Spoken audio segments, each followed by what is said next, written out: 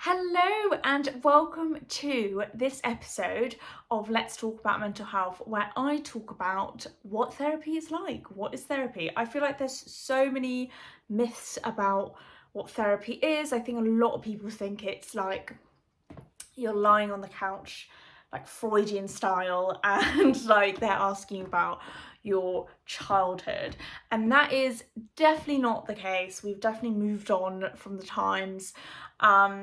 And I just want to put a disclaimer out there that I'm not a mental health professional by any means. If you are wanting to seek therapy, I highly recommend going to speak to your GP first. But yes, so disclaimer out the way, I thought of kind of discussing the different types of therapies first, different types of mental health professionals, and then going into what it was like for me, just to give you a little bit of context and knowledge. You might already have knowledge, you might not, but I don't want to assume, if that makes sense. So, mental health professionals.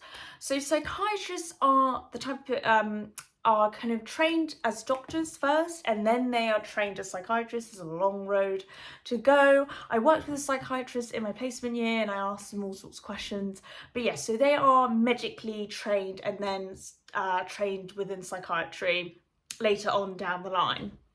And they basically prescribe and make sure your kind of medical treatment of your mental health condition is kind of going on the right tracks. They also do diagnosis, and they do all sorts of stuff. So like they can specialize in different types. So there can be like alcohol abuse, like schizophrenia, all sorts of stuff. But yes, but also just want to point out that your GP can also prescribe antidepressants and medication, but they have a little bit more of like a generalized knowledge about different antidepressants and medications. I guess psychiatrists would have a lot more specialized.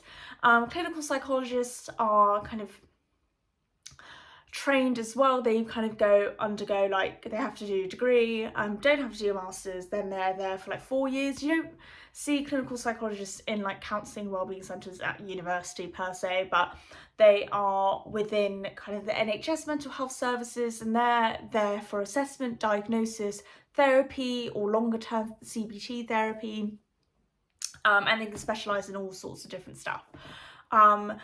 If you have kind of mild to moderate anxiety and depression, you probably might be referred to IAP, and that is called access. Oh my god, I'm gonna screw this up, but it's access to psychological therapies, and you're most likely going to be talking with and getting treatment from a psychological wellbeing practitioner.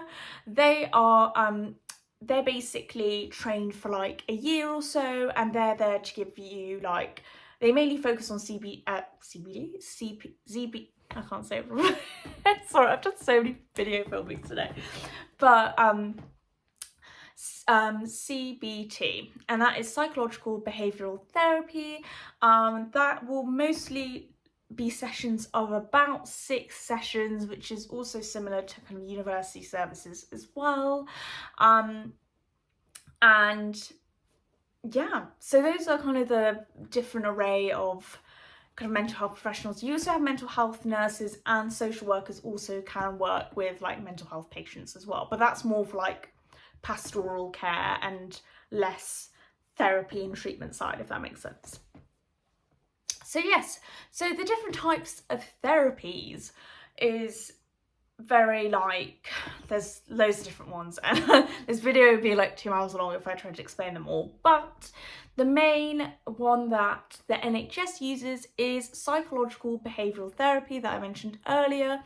That kind of focuses on your thoughts and behaviours, and kind of focuses more on your thinking of situations and perceptions and stuff, less so on kind of your past traumas and childhood, etc, etc. So if you are like, for instance, going to the GP asking to go on a waiting list, you're most likely going to be put with a counsellor or psychological wellbeing practitioner if you have mild to low moderate depression or anxiety, and they will work through kind of a CBT approach and model.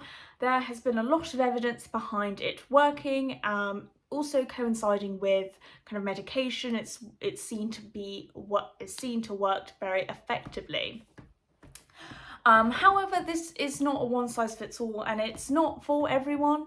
I think when I worked in my placement, I definitely noticed like a lot of people not being very keen on CBT.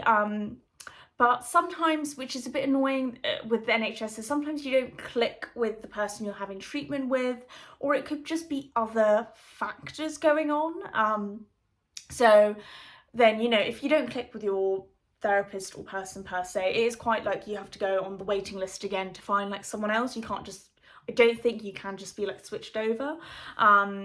So yeah, so that is kind of annoying. So sometimes a lot of people will try CBT for the first time and then just be like, okay, that's not for me, that doesn't work for me, I'm never going to try it again. But sometimes you just need a different therapist. There is also psychotherapy, which is on the NHS, but that is for more kind of reserved for people with, which I don't like saying this, but with more severe mental health issues. They tend to use the psychodynamic psychotherapy approach, which is basically kind of, it's not Freudian, it's not the ODS complex or anything, it's a lot more modern, a lot more research into it. And they do focus on your relationships in the past, and that's how it kind of like, how that might affect how you are presently at the moment. So it's not as scary as people make it out to seem, if that makes sense. There is also ACT therapy, which is acceptance and commitment therapy, and that kind of like, I don't know too much about it, but I know that some clinical psychologists are specialised within ACT, and I think it deals with a lot of kind of, I think the name's on the tin, like they kind of help you process and accept your kind of present situation, if that makes sense. I don't want to talk too much about it, because I don't want to get it wrong, but that's kind of the general gist of that. But yes, so what was therapy like for me?